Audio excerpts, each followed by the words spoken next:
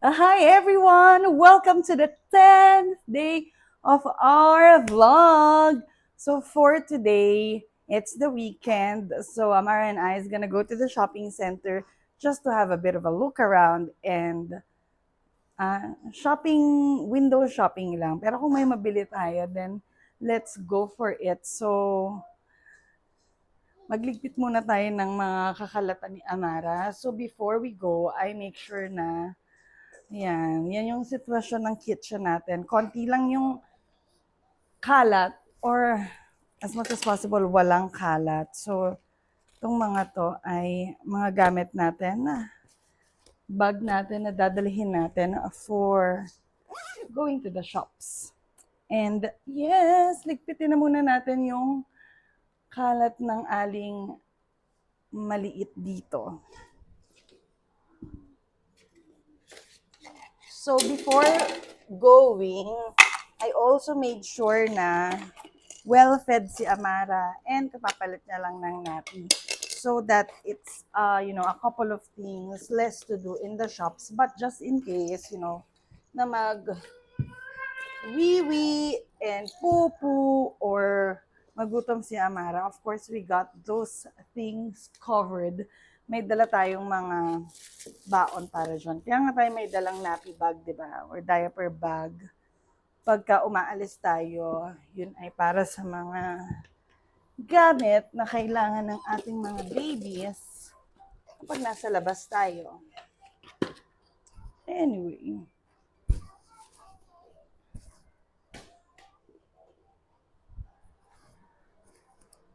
Konti lang naman yung kalat niya, Mara. Kasi konti lang yung mga laruan niya na may access siya. Because what we try to do as well is i-rotate yung mga toys niya para hindi siya nabobore sa mga toys niya.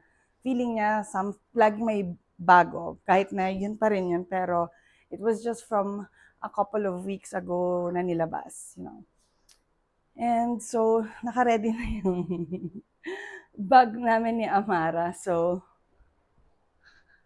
again, this is her nappy bag. And Amara is such a sweaty girl, so we always have a fan with us. This is her pram fan. And ito yung mga clips niya for her blanket or for the muslin cloth na kino-cover natin sa pram kapag natutulog na si Amara. And so, we live in an apartment, as you all can see and notice. So, going down, pagpababa kami ni Amara, every day to kahit pagpapunta kami ng school, ang hirap bitbitin ng baby. Lalo na paminsan, ang tagal ng lift. So what I do is that I have that shopping cart, which is really, really helpful. And it's so compact. As you can see, ayan, naka-fold lang siya. And so, ito yung ginagamit namin para maibaba yung bag ko, bag niya, and si Amara.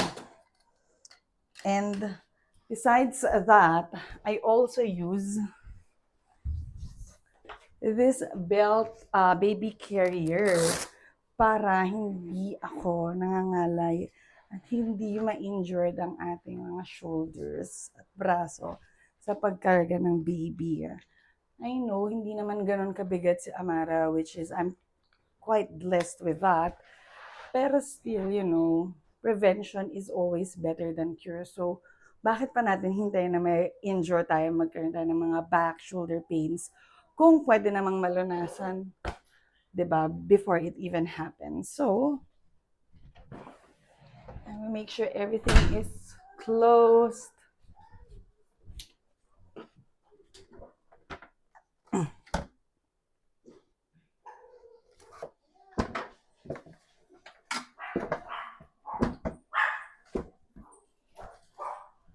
I'll be using this footwear for today's gala. I also closed the laundry area para walang access dun yung mga doggos kasi may mga shoes doon. So, paminsan, lalo na si Trixie, no? Makulit. Ina-access niya pa rin yung mga chinelas namin. Mara, you ready?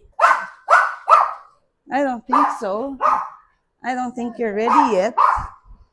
Look at your hair, anak. Come on, you have to. Where's your hair tie? Huh? We'll just get you a new one. Love you. Love you.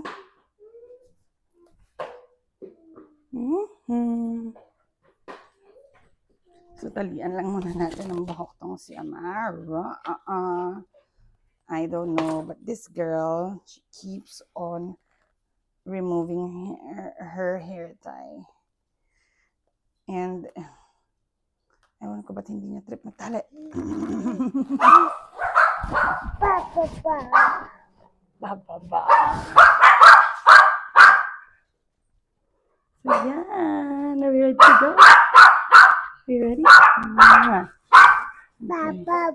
It's always a struggle to say goodbye to the dogs kapag aalis na kami ganyan. Lalo na si Sky and si Trixie, lagi silang maingay. Say bye-bye na. We'll see you later. We'll tour you around the shops as well. Bye. So now we're here at Big W and oh my gosh, sobrang cute ng dresses. These are for 1-year-old. Pero dahil nasa Australia tayo, medyo malalaki yung sizing nila at hindi yan kakasya pa kay Amara. Pero siguro sa June, tignan natin kung lalaki na si Amara kasi size 1 is usually from 12 months to 24 months old. Pero since Amara is an Asian kid at yung mga damit dito ay fit for Aussie people, medyo malalaki sila. But we'll see. Next time na natin bilhin yun dahil hindi naman nakasale. So, there's no rush on buying it. Sobrang cute ng mga damit, diba? Mga tutu dress. Oh my gosh, pag nag-ballet class na si Amara, I'm gonna get her this.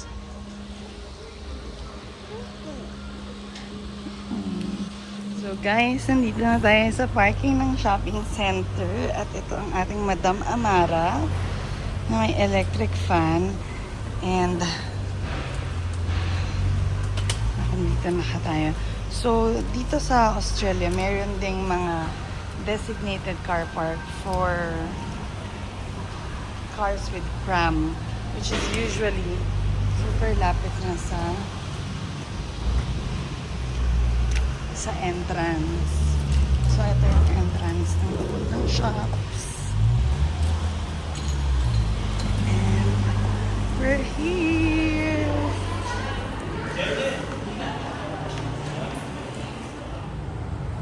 There you go. Amara's been well set up in the car na. With all our stuff's just at the bottom of her chair.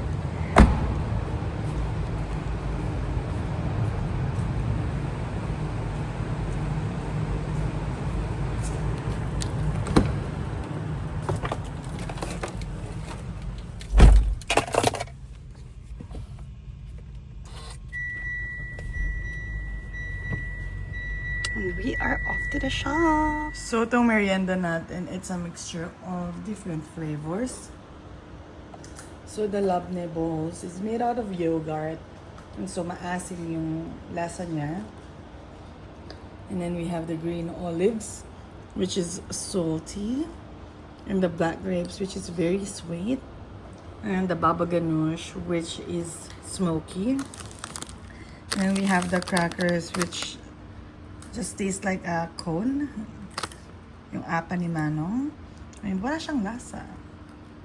And sana kainin ni Amara yung macaroni or else parang ayan na yung magiging dinner ko for tonight kasi it would be very filling for me. Peekaboo.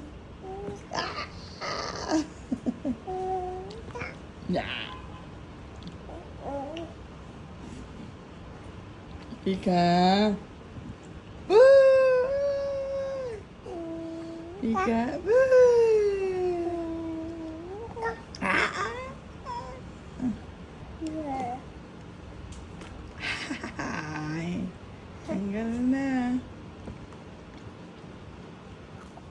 Hi everyone! So, nakauwi na kami ni Amara from the shops at ngayon ay nagmemerienda kami. And for our snack today, we have the lovely bowls, olives, some black grapes, and baba ganoush. And this one is Amara's dinner. It's macaroni salad made by her daddy. Pero at the moment, ayaw niya kainin yung macaroni salad natin. Gusto niya ng crackers, so that's what I've been giving her. Hopefully, kumain na siyang maayos later.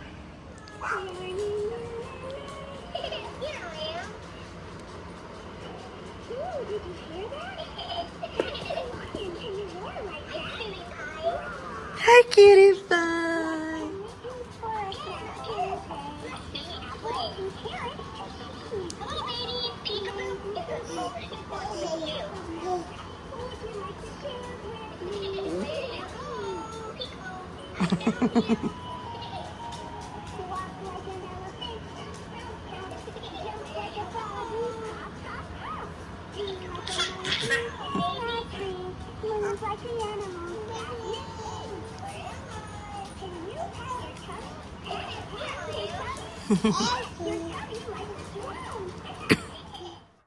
Hi everyone! So nakabalik na nga kami ni Amara from our shopping day today. So sabi ko mag-window shopping lang kami. Pero I don't know what happened. Anyway, I'm gonna be showing you the things that we have bought for today. So first off on our list is this little forks. So, the purpose of this one is for Amara to use. Kasi sabi nila, meron ako mga videos na napanood na sabi nila, it's best if you let your baby use the actual metal utensils. Eh, yung totoong tinidor is sobrang bigat naman nun. And sobrang laki for Amara's mouth. That's why I got these little forks. So these are actually oyster forks. Pero this one, ipapartner niya na lang to sa mga teaspoon namin. And yun yung gagamitin niya na pangkain. Kasi usually daw, pag yung plastic na utensils ang ginagamit ng mga bata, na-frustrate sila kasi hindi makatusok yung mga plastic. So, kaya, ayan, binilhan ko siya ng metal na nakakatusok talaga. Next naman that we got are this mga lalagyan ng sausawa na plates. So, kaya ko to binili dahil paminsan yung mga snacks ni Amara, kasya lang sa mga ganito kalaking size. And meron naman kami dati. Ito siya. Kaso, nung isang beses, nai-eat siya ni Amara. So, ayan, nagkaroon ng bingot. And they say na malas daw gumamit ng mga basag na utensils. That's why, yan, pinalitan ko na kaagad.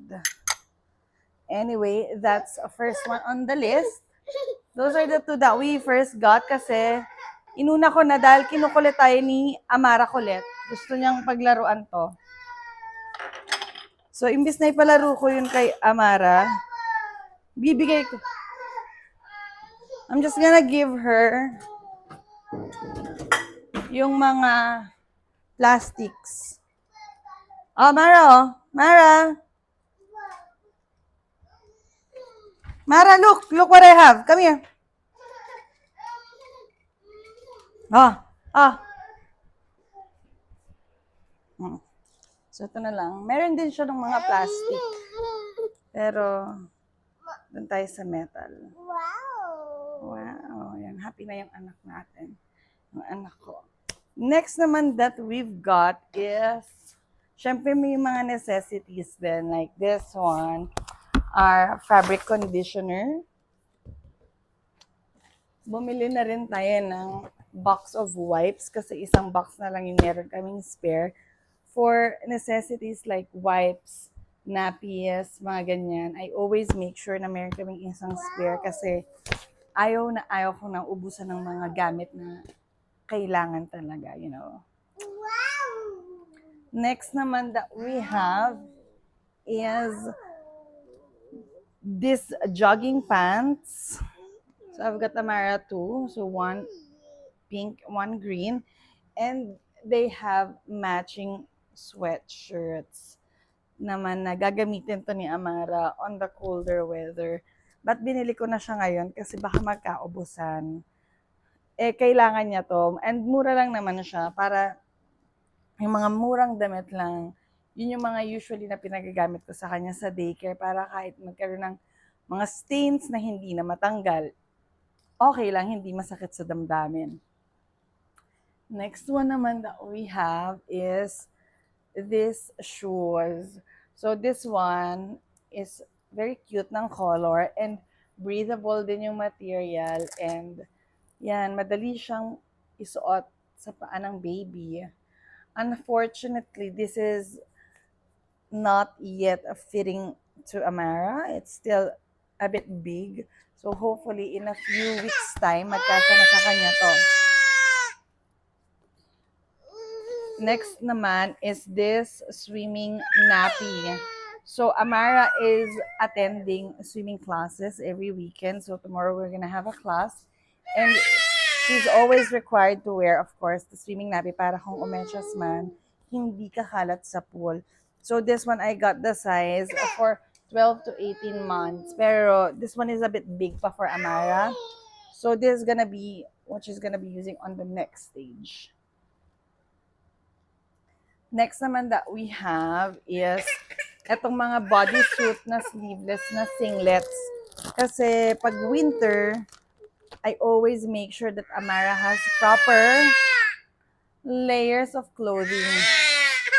So, yan. Bumili ako ng 2 sets of 5. So, she's got 10 of it. Teka lang, tapat natin yung electric fan dito sa amin ni Amara para hindi nababuisit si Amara. Baka naiinitan. Kaya nagme-make noise ng mga ganyan. Next naman that we have is this very cute blanket and comforter set. So this one is on special. And I really like the color of the blanket. That's why I really got this. Wala pang ganitong kulay na blanket si Amara. And it also comes with a comforter na. So, comforter. Yung tawag sa mga ginaganon, ganyan. Katabi ko ni Amara, usually pag natutulog, ginahaplas-haplas lang sa mukha niya. For her to find comfort. That's why it's called comforter. Oh, Mara, what's this? Wow! Wow! Wait, yung isang binila, sumat sa ilalim ng sofa. And this one naman is a stackable milk powder formula dispenser. So I got this not as a formula dispenser, but more of a snack container for Amara for when she grows a little bit bigger. So this one is really nice. So it's very compact and you can actually put a lot of different snack options. So, ilan ba yung kasha dito? Kasha dito ay 1, 2, 3, 4. 4 different snack options. And nakita ko lang tong hack na to sa isang video na naman na napanood natin. And I thought, oh, it's a good idea. Gayahin natin. So, ayan, kumuha rin ako ng stackable milk formula container. And last but not the least, may nabili naman ako guys para sa sarili ko. Hindi lang naman lahat para kay Amara. So, ang nabili ko para sa sarili ko ay ngayon, ang binibili ko na lang sa sarili ko ay yung talagang mga kailangan ko. So, I got this socks from Uniqlo. So, bilang tita na millennial, so, hindi ako mahilig sa mga long socks. Ayoko pa rin ng socks na nakikita. So, pangalawang set ko na to. So, first set, tinry ko muna kung okay siya, kung talagang hindi ba mahuhulog. Kung hulog free ba siya. Kasi, naiinis ako kasi nga naglalakad lang ako papuntang work and it takes me about 20 to 30 minutes depende kung gusto ko magnilay-nilay habang naglalakad. And madalas, mga twice or thrice in one round, nahuhulog yung medyas ko. So, I thought I'd try a different one. So the ones that I've been using are the socks that I've got from Costco. And they're really, really good. Pero I thought it's good, but meron pa palang mas okay. Meron pa palang better. So when I tried this, oh my gosh, no hulog, guys. And maganda yung shape ng pagka-socks niya. Talagang, ayan, oh, very tight dito. And yun dito, hindi tinipid. And etong sa loob din, nakita nyo. Wait. May mga rubber, mayroon din namang mga ganitong rubber thingy yung dun sa isa kong medyas. Pero ito, mas marami siya. So, mas maganda yung kapit. So, yan guys. Yan yung mga na-window shopping natin today. Sorry naman, hobby, kung mapapanood mo to later. Patawarin mo na ang pag-shopping ko. Anyway, yung mga binili ko lang naman ay yung mga kailangan. Hindi naman siya luho. So, yeah, that's it for our 10th day of vlogging. We'll see you again tomorrow. Bye! Bye-bye!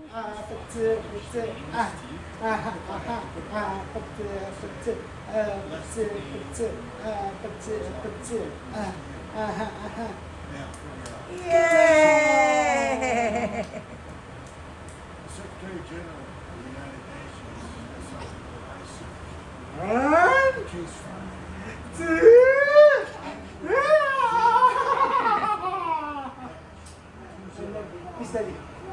More?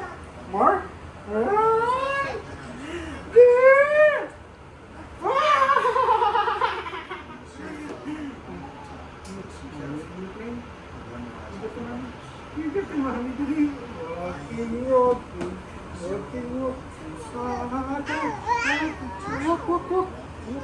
Come on.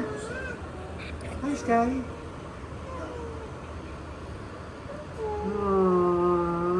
Naglalakad na siya ng isang kamay hawak ko.